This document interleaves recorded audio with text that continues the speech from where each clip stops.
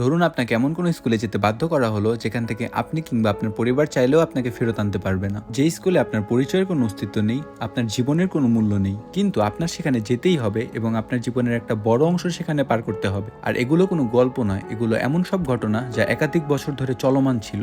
আমি মূলত কথা বলতেছি ইন্ডিয়ান রেসিডেন্সিয়াল স্কুল সম্পর্কে। নাম দেখে মনে হতে পারে এটা ইন্ডিয়ার সাথে সম্পর্কিত, কিন্তু মজার ব্যাপার এটাই যে এর সাথে ইন্ডিয়ার কোনোভাবে কোনো সম্পর্ক নেই। এই ঘটনার সূত্রপাত ঘটে কানাডা থেকে, যখন কানাডায় আদিবাসীরা ছাড়া কেউই বসবাস করত না। তারা সম্পূর্ণভাবে সুখী ছিল তাদের সংস্কৃতি, ভাষা এবং জীবনযাপন নিয়ে। কিন্তু সমস্যা শুরু হয় যখন ইউরোপীয় অভিযাত্রীরা তাদের দেশে পা রাখে। তারা নিজেদের স্বার্থে এই দেশকে উন্নত এবং দখল করা শুরু করে। তো আধুনিক কানাডার সূচনা হওয়ার পর তারা চিন্তা করে যে তারা আদিবাসীদের জন্য স্কুল নির্মাণ করবে, যার মূল উদ্দেশ্য ছিল স্থায়ী আদিবাসী শিশুদের তাদের নিজস্ব ভাষা, সংস্কৃতি এবং ঐতিহ্য থেকে দূরে সরিয়ে ইউরোপীয় ভাবধারায় তাদেরকে সম্পূর্ণভাবে গড়ে তোলা। তাদের মধ্যে এই কথাটি প্রচলিত ছিল যে শিশুদের ভিতরের আদিবাসীদের মেরে ফেলতে হবে। তো সেই লক্ষ্যে তারা ইন্ডিয়ান রেসিডেন্সিয়াল স্কুল প্রথা শুরু করে।